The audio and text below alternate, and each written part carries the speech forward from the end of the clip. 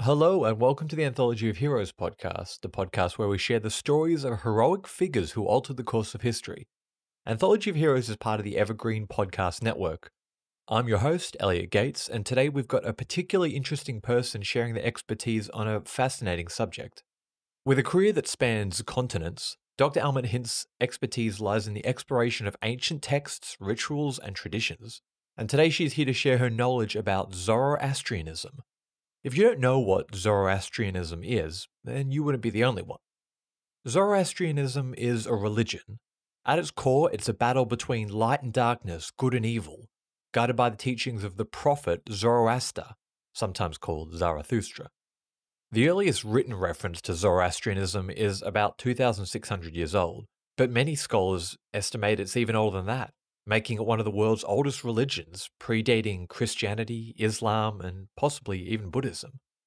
While its historical significance is undeniable, what makes Zoroastrianism truly fascinating is how it continues to influence our world today. Zoroastrianism's principles of ethical living, the pursuit of truth, and the constant battle between good and evil continue to resonate with people in all walks of life.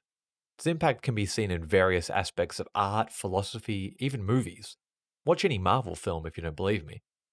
For centuries, Zoroastrianism was one of the largest religions in the world. In the Roman Empire, there was Christianity, and in the Persian Empire, Zoroastrianism. But during the Muslim conquests of the late 7th century, the Persian army fared considerably worse than the Roman Empire against the attackers. Much worse, actually, they were effectively wiped out. In the face of this Islamic invasion, Christianity was shielded by the Roman Empire, but when the Persian Empire collapsed, Zoroastrianism collapsed with it. But the most dedicated clung to their old ways. And right up to today, around 120,000 people still continue to practice this ancient religion, rock star Freddie Mercury being one of them. Their numbers, though, are dwindling. In our modern world where attention spans are short and time is a premium, for children growing up in Zoroastrian families, the idea of praying in a language that they can't understand and performing long, complicated rituals and offerings is unappealing. And this is where Dr. Hintze comes in. Dr. Hintze's research has helped understand, catalogue, and ultimately save these ancient rituals and their meaning. So today, Dr. Hintze and I will be taking a deep dive into all things Zoroastrian. We're going to learn about the strange history behind Avestan, the literal language of the gods that Zoroastrians still chant in their fire temples to this day, though they've long forgotten what the words mean. We're going to talk about Zoroastrianism's unlikely links to Hinduism and theorize just how old this religion possibly is. We're going to talk about what it means to be a Zoroastrian, taking a closer look at the most important tenets of the religion, the duality of good and evil, the truth and the lie, and light and darkness. Then we'll come to my favorite part, learning about the sacred flames, different flames that need to be lit from different sources, one of them being bolt lightning. We'll hear about the ancient ceremonies like the Yasna that precious numbers of priests still practice faithfully to this very day. And then Dr. Hintze will guide us through the long, sad decline of Zoroastrianism. Starting with the Arab invasion, we'll see this religion that once spanned continents wither under the Arab jizya tax, and then almost disappear under the crushing Mongol invasion of the 13th century. From there, we'll see it become a rural cult practiced by impoverished peasants in border towns, before arriving at the present day, where somewhere around 10,000 people still faithfully cling to this religion in its native land of Iran. The thing that always wows me about this is that Zoroastrianism wasn't some little cult practiced by a bunch of Celtic warlords in some little pocket of Europe. For centuries, it was the religion of one of the most highly organized and advanced states in the world. And then almost overnight, it was gone. Imagine if today we were looking back and thinking, oh, what was that religion called that the Romans followed? Christianity, that's it. It's weird to think that how important this practically forgotten religion once was, and that in a generation or two, these rituals and ceremonies that people have been doing for the last 3,000 years will probably come to an end. Is that sad, or is that just the rite of passage as civilization marches on? If nothing else, it's a reminder of the impermanence of culture and religious traditions, and a prompt for us as people to celebrate our diverse heritage. So, time to rekindle the flames. Let's get into it. The story of Zoroastrianism, the forgotten religion of ancient Persia.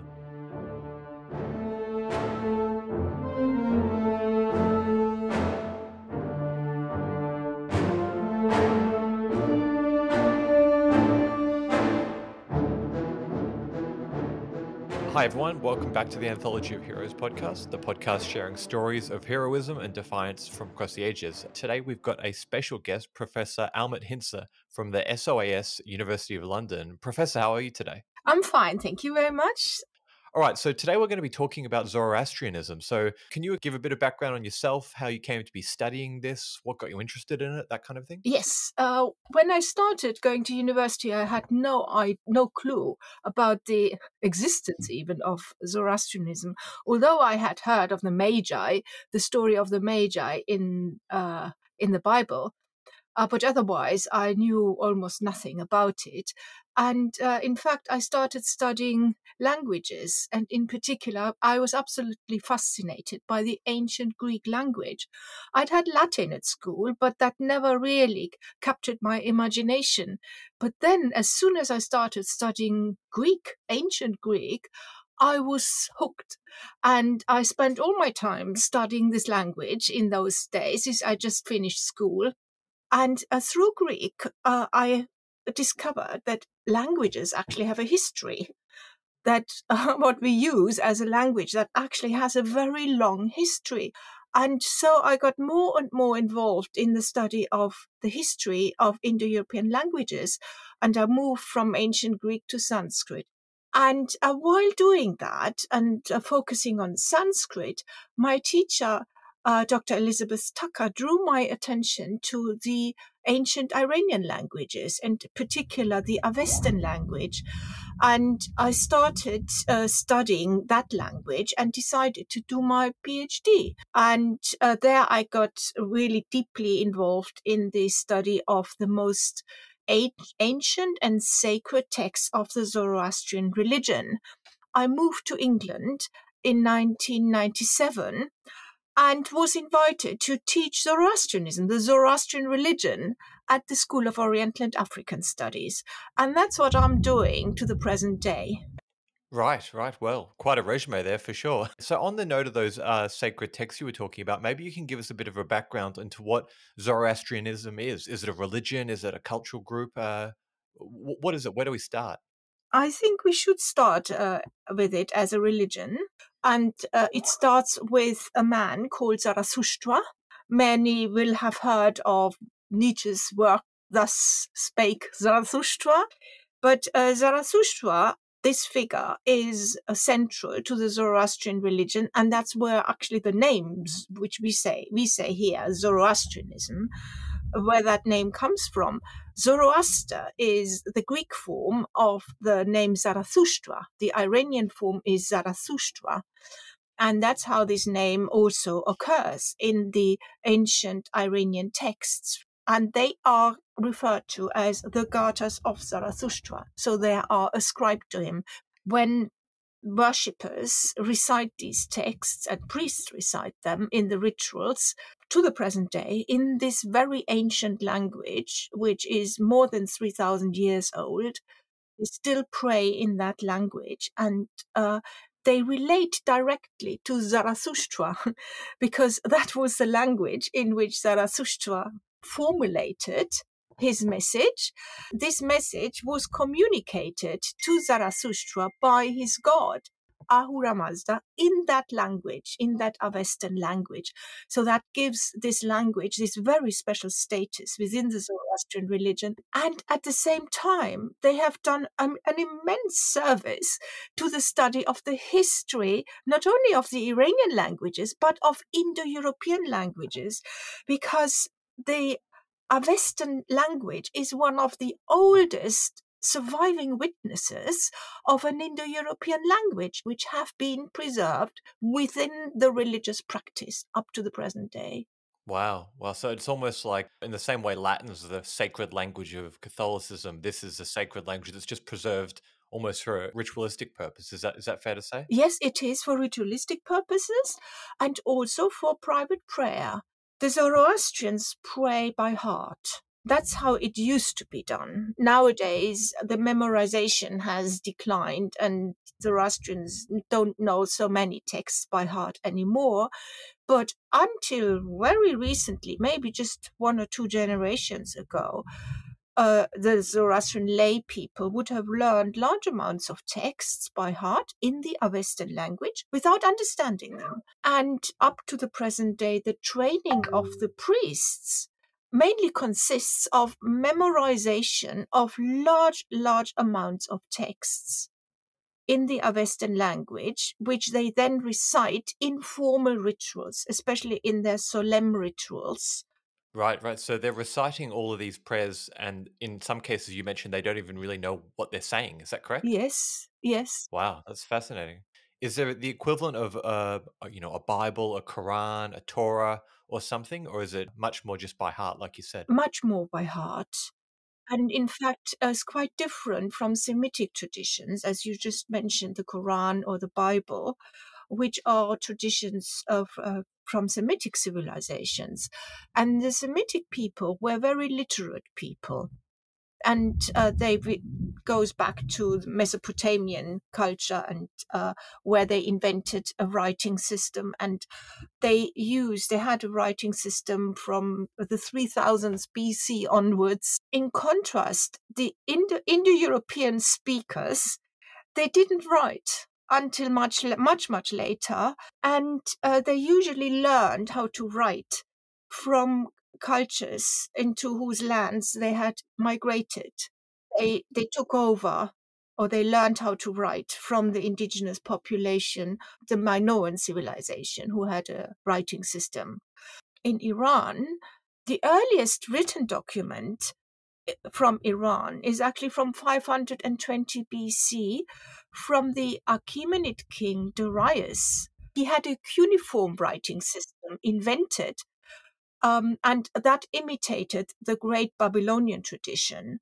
But at the same time, there was writing around in the form of the Aramaic script, which was an alphabetic script. And the Achaemenid kings, they started using that writing, that language, the Aramaic language and the Aramaic writing, for practical purposes. So then we start having writing that they use not only the Aramaic script, but also the Aramaic language to convey messages. And the way they did it was that they had these professional scribes, Aramaic people. The Aramaic scribe would be bilingual, and a Persian would dictate a text, and the Aramaic scribe would translate it in his head into Aramaic and write it in Aramaic language, in Aramaic script, and then that letter would be sent maybe to Sogdiana in the northeast of Iran, and then read by a bilingual Aramaic Sogdian scribe, read it out in the Sogdian language. And so the Aramaic language was used as a system, as an encoding system, a system of communication. And it is out of that script, Aramaic script, that then later on, in the Middle Iranian period, they started to use then the Aramaic script also to write Persian and other languages. So that's how then a written tradition very slowly, very, very slowly emerged. And it only took foot really during the Sasanian period, which was from the 3rd to the 7th century of the Christian era. So much later. And alongside always this Avestan Zoroastrian liturgical tradition would continue in an oral form. They would never write. They would not write these texts until late in the Sasanian period. That means around 600 of the Christian era. Zoroastrian priests felt they should actually write down the texts which they recite in the rituals. And what they did was they invented the Avestan script out of the script which by then was being used for writing Middle Persian. And out of this script, they developed the Avestan script, which has 52 letters or even more. What they did was that they wrote the sound, not the meaning. They just wrote what they heard, and they identified all the different sounds when a priest recites Avestan. And so the Avestan script reproduces the words as they spoke them. It's a phonetic script. And that again indicates that meaning played no role in the tradition of these sacred texts. Yeah, it was just about reciting it for the sake of it, so to speak, was it? Yes, to produce sound, the sound, and the communication, not between human beings. It is between human beings and their deity. And that is Ahura Mazda. And Ahura Mazda speaks Avestan, of course. He communicated in Avestan with Zarathustra, and that language has remained the language of communication between the worshippers, be they priests or lay people, and their god Ahura Mazda. Wow, and going back to that, Ahura Mazda, the kind of deity, and then we've got Zarathustra, who, I don't know, something like a prophet or something. A human being, the man, a priest. Right, right. What was the background of the religion in terms of, was there a story like we've got in the Bible? And where does fire get involved in this as well? Because obviously fire is a core component of Zoroastrianism, isn't it? Absolutely, yes. This religion has very deep roots back into the prehistoric times of the second millennium BC, even earlier, into the third millennium BC. And it takes us into Central Asia and southern Russia. It's often the ancestors of the Iranians. The ancestors of the Iranians share a common heritage with the people, the Indo-Aryan people of the Vedic civilization, which then established itself in northern India, first in the Indus Valley, and then it moved eastwards and southwards. And from there, we have the Vedic texts. Those are the sacred texts of Hinduism. This ancient Iranian tradition and the old Indo-Aryan tradition, they are like two sister languages or two sister civilizations, which have a common parent, out of which they emerged. These people, which belong to that common parent civilization, they did neither live in Iran nor in India, but they lived in Central Asia and further up to the north. So these are the prehistoric seats out of which they emerged by migration. They were pastoralists and breeders of domestic animals, and they were constantly looking for new lands, new pastures for their animals. So they moved. And the kind of battle between good and evil, that's a kind of reoccurring theme, isn't it? Light and darkness. How does that fit into the story behind what Zarathustra did? Yes, so we have then into that prehistoric civilization, we then have this figure of Zarathustra, whom we locate somewhere, maybe in what's today the areas, Tajikistan, Uzbekistan, that area there. And what the texts tell us is that he had a revelation. Through good thought, he received a message from his god Ahura Mazda. That deity Ahura Mazda as a deity is not found in the Vedic tradition. So it's an Iranian innovation.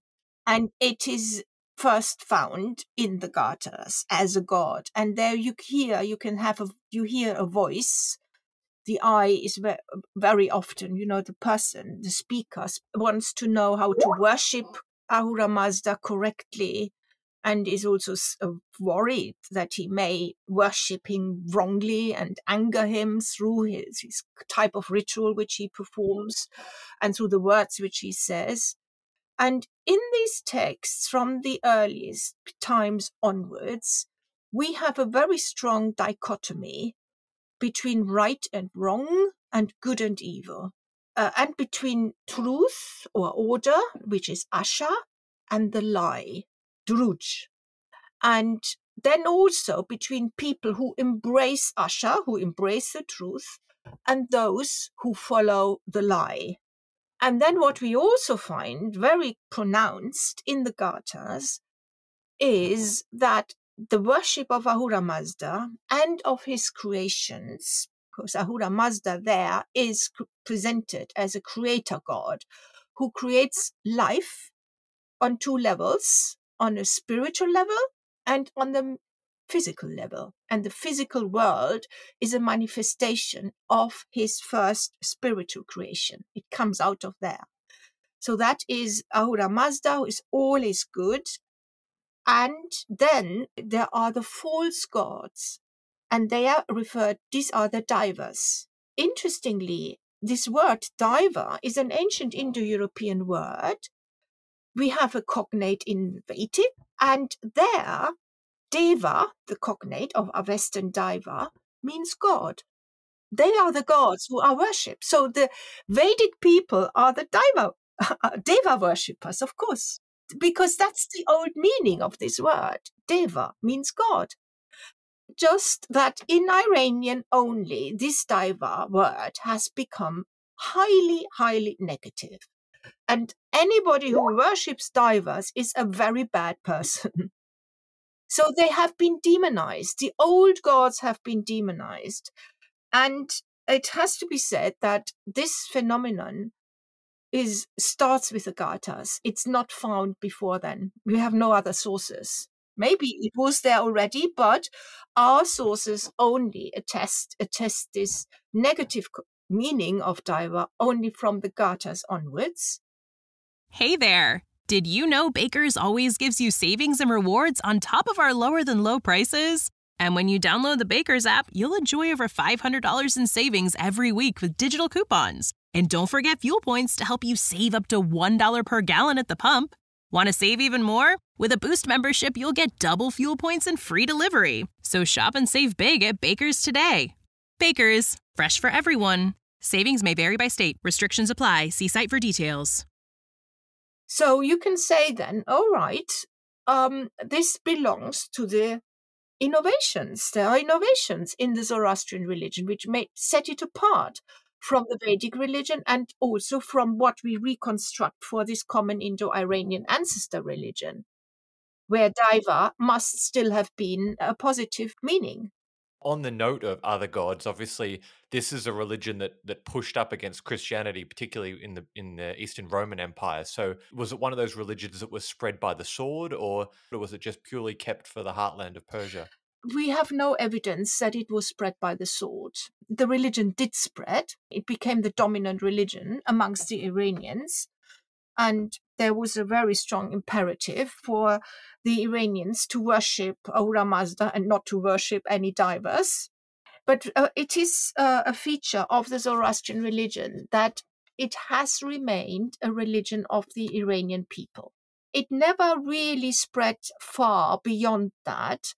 The only instance where it spread to another country is Armenia, where Zoroastrianism was very, very well represented. And the Armenian language took a lot of Iranian words in it, absorbed loan words, lots of Iranian loan words, during the Parthian and the Sasanian period. That's the only instance.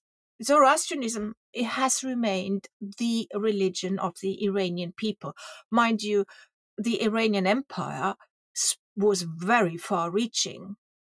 The Achaemenid Empire, from Cyrus onwards, from 550 BC onwards, until the invasion of Alexander the defeat of the last Achaemenids in 330 BC, that spread from the Indus River to Anatolia, to the coastline, the Mediterranean coastline, and then into Egypt. So all of that was under Iranian rule.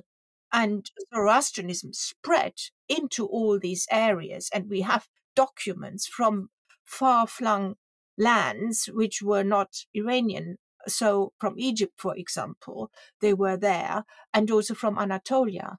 In Anatolia, Zoroastrianism was very strong. And that continued through the Parthian period, which started in the 3rd century BC and went on until 224 of the Christian era. So for almost 500 years, Zoroastrians were traveling in all these areas, although not all of them remained under Iranian rule. And of course, they were then constantly fighting with the Romans. But these fights, they were all about power and influence and land and domination. The Iranians were not so want to spread the religion to other lands. So there's a religion that's been practiced for about 1,000 or so years by the time the sixth or seventh century comes along, and Islam takes a hold of Persia. So what happens to it after that? Does it go kind of a bit clandestine underground, or how long does it last for moving forward? The Arabs started to make inroads into the Sasanian Empire, which was a world power at the time, constantly fighting then against the Byzantine Empire. They then eventually overran Iran, and Iran became part of the Caliphate. However, Zoroastrianism was very strong in Iran. The Iranians, they were mainly Zoroastrian. There were also Christians and there were Jews, but Zoroastrianism was the dominant religion. The Arabs were actually not so much interested in converting them all to Islam. Instead, they were interested in the Iranians paying tribute. And in addition, they also imposed the poll tax, a practice which they had taken over from the Sasanian state organization. And all non-Muslims had to pay a poll tax. The Jizya, exactly, in order to be allowed to practice their religion and not be killed. And so that was a massive source of income for the Caliphate, and later on for the succeeding states of the Islamic and Arab Islamic rulers. So Zoroastrianism stayed remained the dominant religion for about 400 years. Conversion to Islam was not so much encouraged. And actually, the converts, they were first not really accepted fully by the Arabs, because they also made a distinction between Arab and Iranian. Iranians are not Arabs. They didn't mind them to remain Zoroastrians as long as they paid the jizya. It was even the preferred solution.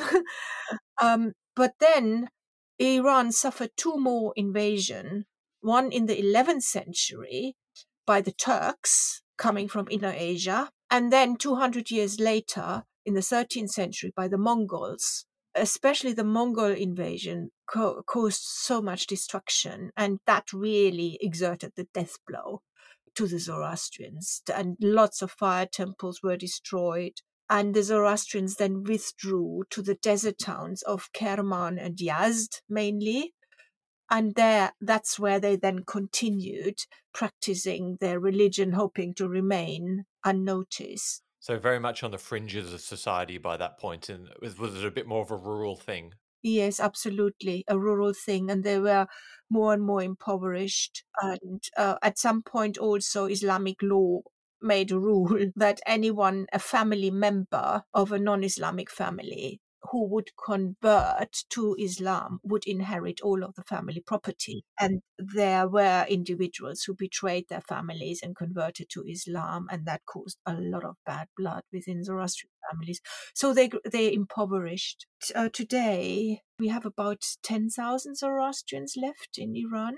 Wow, okay. I was going to ask about them. So do you know, are they persecuted heavily today, or is it a freedom of religion kind of situation, or?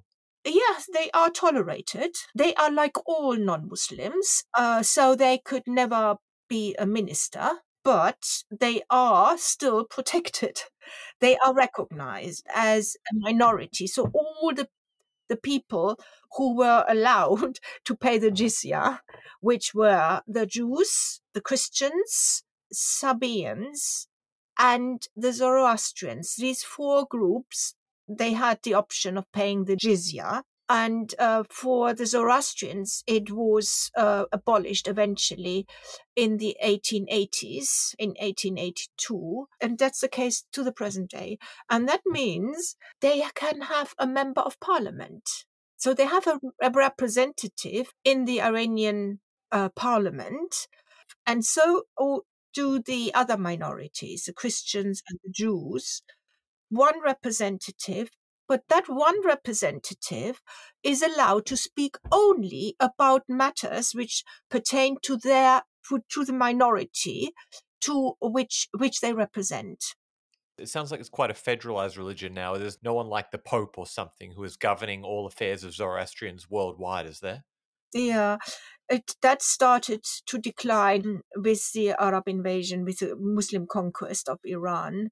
They used to, in the Sasanian period, it was a highly organized and hierarchically structured clergy, with a top priest who styled himself alongside the King of Kings. There was a priest of priests and a King of Kings, and then below him there was an army of priests. And they were extremely powerful, and they had a very clear structure of authority, of religious authority. And all of that gradually declined. These religious leaders still continue to exist for quite some centuries after the Arab conquest. The top priest, his title was then replaced by the spiritual leader of those of the good religion, Hudenan. That's how the Zoroastrians, even today, Behdin, it means the one of the better religion. Literally, this is how the Zoroastrians refer to themselves. And so they had a leader, and that leader then eventually he transferred also to the area of Yazd, and that's where he resided. But the structures of authority broke down. And then, of course, we have a diaspora community of Zoroastrians in India. Their story goes that they left Iran after the Arab conquest of Iran, and they settled in India. It was mainly justified then in search of religious freedom, but also contacts between Iran and India go back well into the Achaemenid period. So there have always been contacts, business contact, trading contacts. So they didn't move into completely unknown land. But they settled there as families in greater numbers, and they started forming their own communities there, built their own temples, their own places of worship, and also towers of silence where they would expose their dead. And these are always indications that they actually properly settled there in this area. And in India, they became known as the Parsis because they came from Persia. Yeah, and in India, they could practice their religion unchallenged. They refrained from trying to proselytize, obviously, in order not to interfere with Hindu practices and upset the host country. They were respected and tolerated and were allowed to practice their religion, which they did. And the ritual, the priestly structure in India is such that they do have a hierarchical organization of priests, but they have several of the chief priests. They are called dastur, which is the highest priestly title. In India, they are the spiritual leaders, and they are usually the priests who are at the most sacred fire temples, which is a victorious fire called a victorious fire temple, the highest grade of fire, which has to be lit from 16 different sources, including from lightning. It's very complex to establish one of those fire temples. Yeah, I bet. Yes. So these each of these fire temples has a dastur at its head. And they are the spiritual leaders amongst the Zoroastrians of India. What is the significance of fire? They don't worship the fire directly, do they? It's not part of it, is it? No, they don't worship the fire in itself as fire, but they worship the fire because it is the visible form of their god Ahura Mazda. And the fire is also addressed as the son of Ahura Mazda. And in one of the oldest texts of the Avesta, in the Yasna Haptanghaiti, fire, the ritual fire, is addressed. The heavenly fire, the son of Ahura Mazda, is also addressed and is invited to come down and merge with the ritual fire. And from that moment onwards, Ahura Mazda is present within the ritual fire during the ritual performance. From then on, they are in the presence of their deity, of their chief god, of their god. That's where in Zoroastrianism the significance of the ritual fire lies. Zoroastrians always pray facing a source of light, be it the sun or be it a flame. It is the focus of their worship, because they see it as the body of Ahura Mazda, and that's how the ritual fire is described. Then, the most beautiful body of Ahura Mazda, his visible form. When you have to have the fire being lit from different sources, can you explain that a bit more? Oh yes, they have, and they have these different sources of ritual fire, which has to be produced in these different ways. 16 different forms of fire, and each of them has its own name. And but the one lit from lightning is the most difficult one. And this is just meant to be different forms of Ahura Mazda, is it? Is that the symbolism for 16 different? I think this is just that it's these different types of fire. They just express this special feature of this particular fire. It symbolizes the complexity and the sanctity of this fire.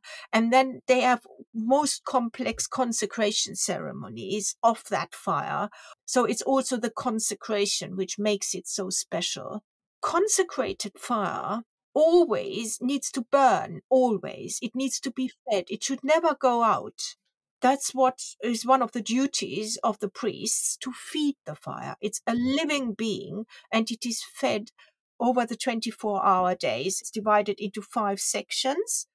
And in each of these sections, the fire is fed by the priest by performing a special fire feeding ceremony, adds more fuel to the fire, which would then last into the next section of the day.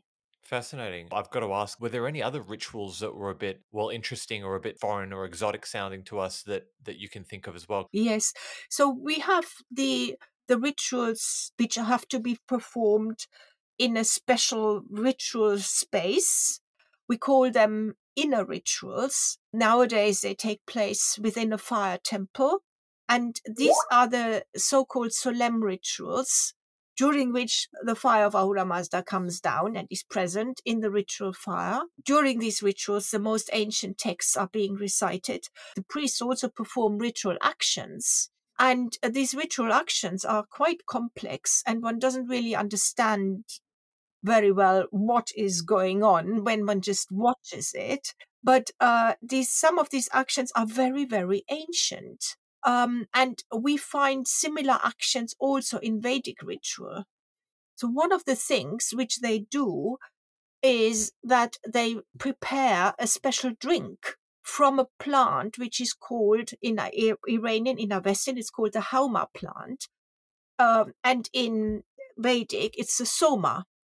And it is a soma ritual, a pressing ritual, in which this plant, a juice is extracted from this plant by pounding it in a mortar and with a pestle. Then it's mixed with water and with different ingredients, also a bit of milk, and other plants are added. And then this concoction is consumed ritually by the priest. And it's supposed to have some intoxicating effects on the person who consumes it. Yeah, so this is the main ritual action which is performed. And it's actually triplicated. It happens 3 times. Once in the preparatory ceremony, and then it's repeated twice more during the main ceremony. And in addition, also in the Zoroastrian ceremony, there is a special ritual for the fire, in which the fire is, it's a litany to the fire, in which the fire is extolled as Ahura Mazda's creation and as his son, and as Ahura Mazda's visible representative. And then there is also another part in which the water is being worshipped, and the waters are made to flow, and the chief priest, he pours water backwards and forwards from one cup to another and makes the waters flow. And of course, this symbolizes the water on earth, which has to fertilize the earth so that all the plants can grow and life is promoted. Fascinating. And all these rituals are still going today in the temples that still celebrate it today. Indeed, yes, but only in India. They used to be performed also in Iran by Zoroastrian priests there until quite recently, until about the mid 20th century. Then, sadly, in Iran, the Zoroastrian priests lost the know how. The tradition broke, and it just shows how important is the training of the priests and the handing down of the know how to do this. And this happens when they are educated, the young priests, the learning priests, they learn the text by heart, and they learn also the actions which they have to perform. And in Iran, the ritual was thought to be too difficult. Maybe also Zoroastrians didn't request it anymore. This all happened in Iran during the Pahlavi period, that there was, all this modernization going on. And there was also a debate about then praying in the vernaculars, praying in one's own language. Why should I pray in a language which I don't understand? In the Avestan language. And so this was also up to the present day that followers of the religion, lay people say, why should I learn these prayers by heart? But then also a decline in the priestly training. And so it just broke down in Iran, and these inner rituals are no longer performed. They are still performed in India, where we have a Zoroastrian training school for priests, but only one.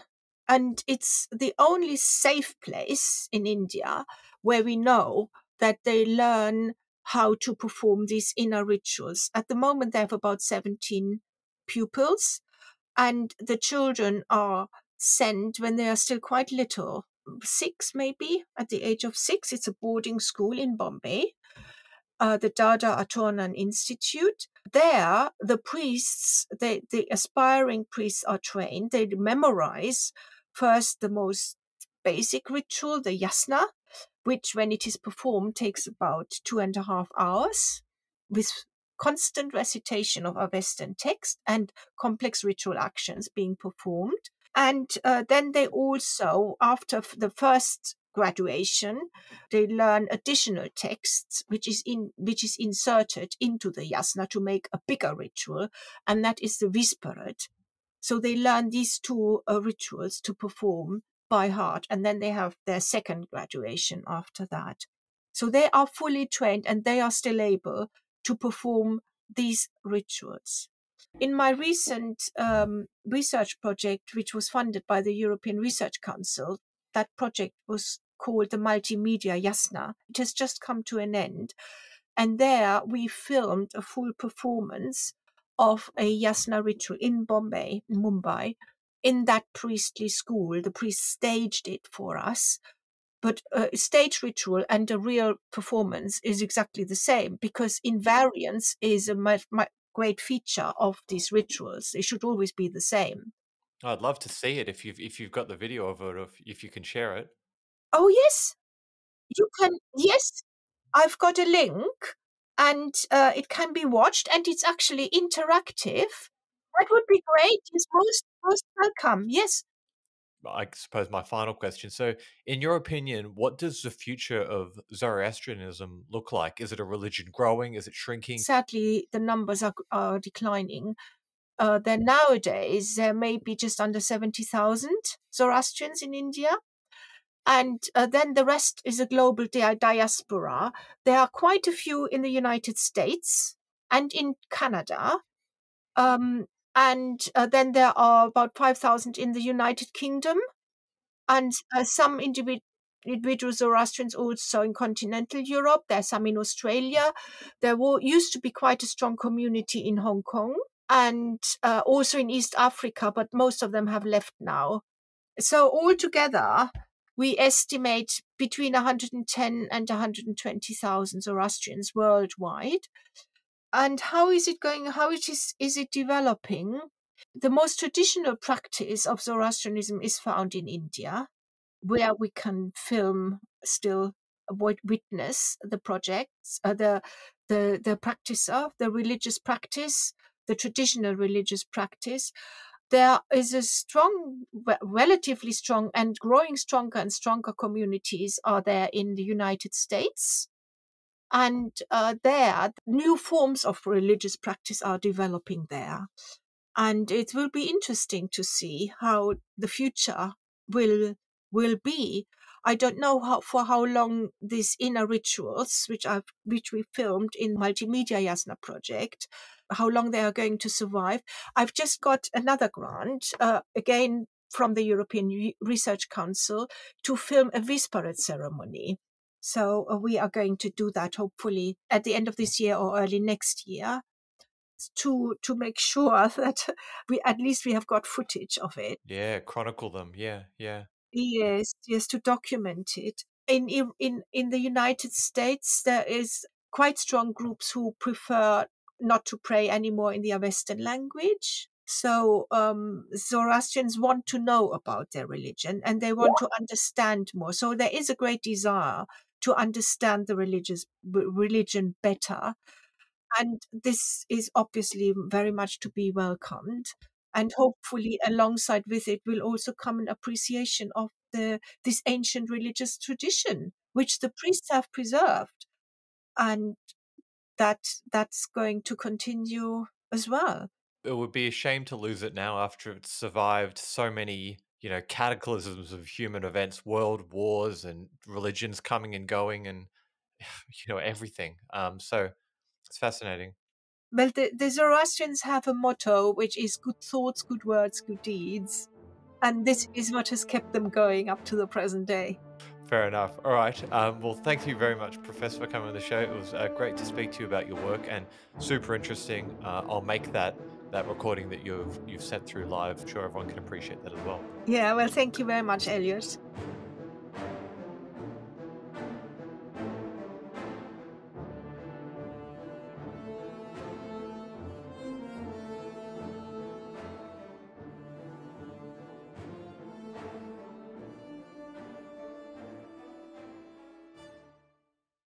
Okay, we may have gone a little barbecue crazy at Sonic. We BBQified not one, but 3 iconic menu items. But I mean, come on, can you really blame us for going slightly overboard? When you add smoked pulled pork and tangy cherrywood smoke sauce to a melty cheeseburger, a brioche-topped barbecue sandwich, and crispy, cheesy tachos, you'd be crazy not to go crazy. Pulled pork barbecue, now at Sonic. Limited time only at participating Sonic drive-ins.